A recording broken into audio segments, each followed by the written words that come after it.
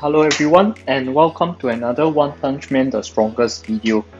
So today we'll be starting a new series called the Basic Series Account Review. So for this basic series account review, we will be actually reviewing the different accounts that people have. Then from there we give suggestions on things to focus on basically. Yeah, so if let's say you want to see more of such content, definitely like the video and subscribe to the channel. So with that, let's get started. So this is actually one of my clubmates. His power ranking is actually 53 in the server. This one is actually quite good considering that we have 3 active clubs in this server. So we have the Vendetta, the Chinese club itself, then we have my club, which is over here. So we have about 90 active players on the server. So if let's say you are ranked within the first 90, you are considered a somewhat decent player. Then if let's say your club only has 1 active club, then what you want to aim for is to be within the top 30 to 40 power itself. Then for his arena team, he's managed to hit the rank 16, which is very good considering that his power is only rank 53. Then we'll take a look at his arena lineup. So straight off the bat, we can actually see that he's running the Joro core, which is what you should be aiming for. You want to have the newest core as the core that you're using. Then on top of that, he managed to draw the 2 DPS units inside the Joro meta, which is very strong. So ideally what you want to focus on is to draw the core first, then followed by the DPS units. So any other supporting units, if let's say you have the BT, you can draw. However, if let's say you have no BT, just focus on getting the DPS will do. Then as you can see over here, he's pretty much using all the free normal SSR and SR, which is very good. Then if you look at the results itself, you will notice that a lot of people are trying to attack him. However, he's managed to defend successfully so far, which is very good. So one thing that strikes me is that his RMG is actually going the first speed, which I don't really like, because although your RMG is very strong, however, what you want to do is actually have your generals as a speed 1. So having a speed 1 generals, it will most likely take out any undying units the opponent have. Then from there, the RMG can up to guaranteed out on a non-undying unit. So this will make your opponent lose units faster and faster. Then essentially you are able to wear them down. Although they have like LSSR such as Phoenix or Zombie with the undying passive, but because your generals goes first to wipe out everyone, then your RMG go ahead and kill off the non-undying units. Then next we'll be looking at his basics. So for basics wise, we will start from the left. So number 1 is his training halls. So training halls, you actually want to max it out as soon as possible. As you can see, he has about 13 million gold or so. So what he wants to focus on right now is essentially trying to, if let's say you see a +1, +4 and a -3, essentially is a positive outcome of a +2. So in this case, you want to save it. So over time, as you gain more and more positive outcomes, you are able to max out your training halls. So once you maxed out all the 7 training halls, then from there you can look into maxing out your skill training and your battle training at this one. Yeah, so what you want to do is only focus on the attack and HP. So if you see that your attack and HP is positive, although your defense can be a -2, -3, -4, -5, whatever. However, because your attack and your HP is a +1 and a +2 is a positive outcome, so go ahead and save it. So it will be the same concept as your training hall. Over time, you'll max it out because all you get is positive outcome.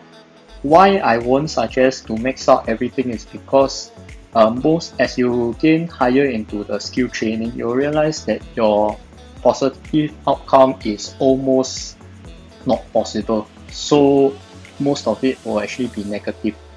So most likely you won't be able to do the same as per your training hall for your skill training. Then laboratory wise, he pretty much runs the standard meta core. So he has his Deep Sea, his Mosquito, and the Doctor Genus. However, what I would recommend is actually maybe replace his Gyro core with a Zombie core. Reason being, the Zombie passive actually gives more heal rate and more crit attack rate. So essentially, your units are more difficult to kill, and on top of that, your units deal more damage because of your crit attacks are very difficult to be blocked. And for Gyro wise, this one I would say only put it out once you have your ATT. Because it increases your DOT rate and also your roll attack, which is currently not used at all.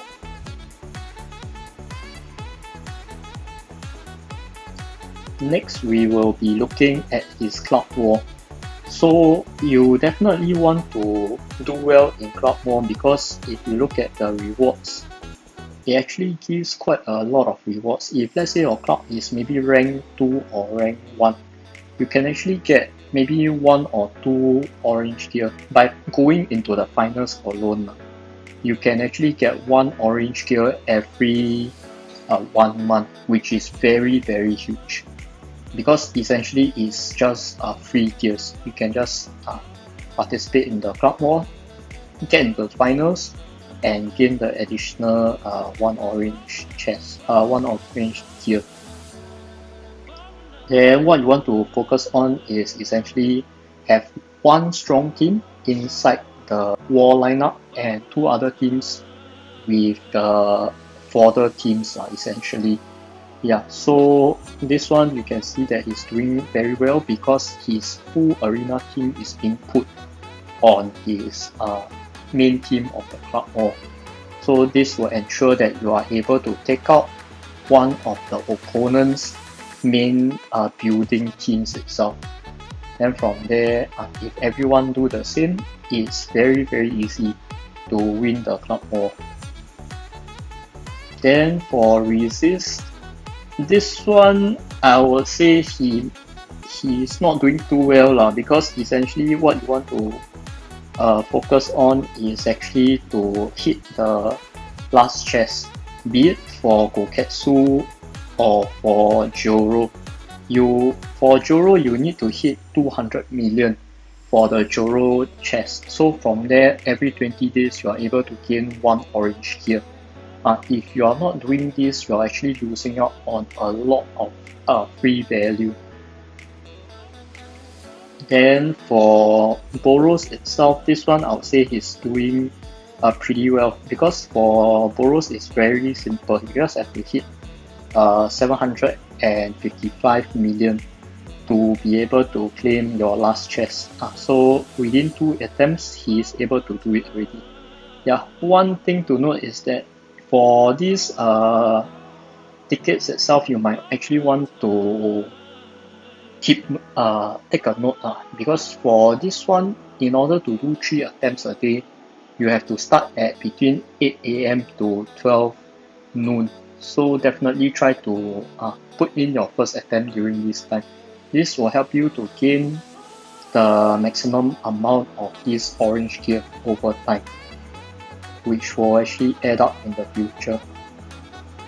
Then for gears itself, I would say he is doing very well. So if you take a look, his Genos gears are all level 107. his CK gears are all 107, his RMG gears are all 107. So what you want to do from there is essentially to mix up all the supporting units gears itself. Yeah, he has 50,000 chips. So what he want to focus on is actually to, although it might not seem like much, however, because you are consistently doing this over time, you will actually have enough gear cards and also gold, because when you upgrade the gear, the gold is actually stored inside the card. So even if you finish all your inventory gold, if let's say you reset the gear, you are able to get 100% of the gold back. So from there, you can actually put that gold and the gear card into another unit that you're putting out on the arena team. So if you have 50k gear chip, then essentially what I recommend is actually store this gold inside your gears. So in the future, even though you finish all your gold, you can still reverse your gear to raise another gear. Then also another thing to note, try to even up the gear levels itself, because essentially all the level up is adding the same amount of stats. Next, we will be taking a look at his vitality and stamina. So vitality and stamina, what I'll recommend is actually try to buy at least 2 times for the vitality. And for this stamina, yeah, this one is good. 0 to 25 25 or 0 25 25 50 is a good number to aim for stamina usage. Then for boss challenge, yeah, he has been consistently clearing his boss challenge, so it's no issue.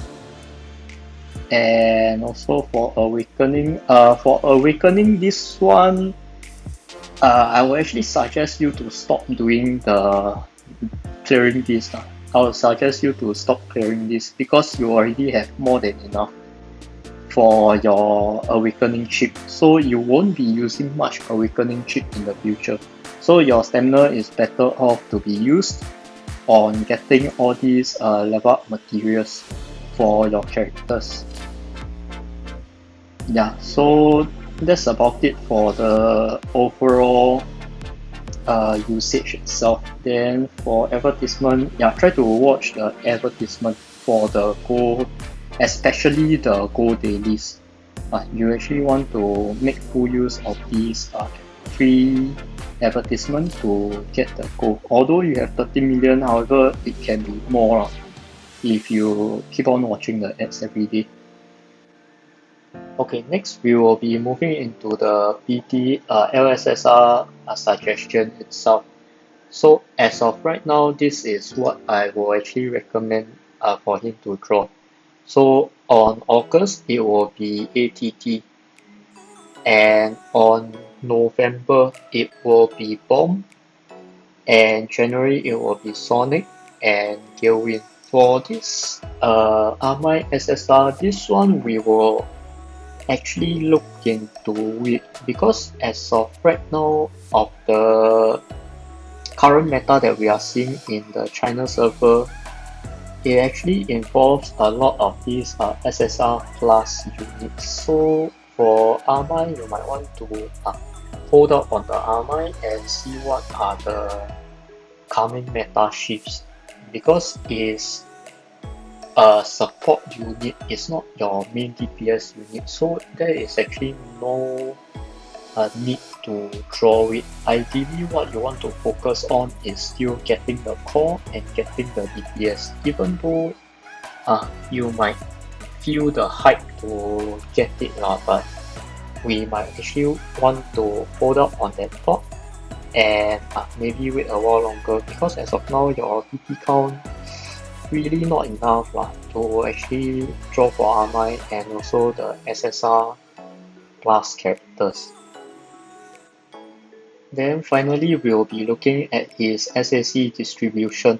So I would say, yeah, this one is already a very good SAC allocation already. However, what I will I will still recommend if let's say have any this SAC reversion in the future, what you want to do is essentially have your keepsake at 2 levels above your gears and 1 level above your buff gears. This one is to make sure that you gain the most amount of stats with the amount of SAC that you have. However, as of now, I would say it is already very good, and also try to maybe reverse out some gears or maybe wait out on the SAC to focus on 6-starring your channels and also RM3 crit gear itself, so that you are able to do the maximum amount of damage in this current meta. So all in all, I would say that he is a pretty good player in the sense that although his SAC count is not much, I believe just now we saw it's around 400-500.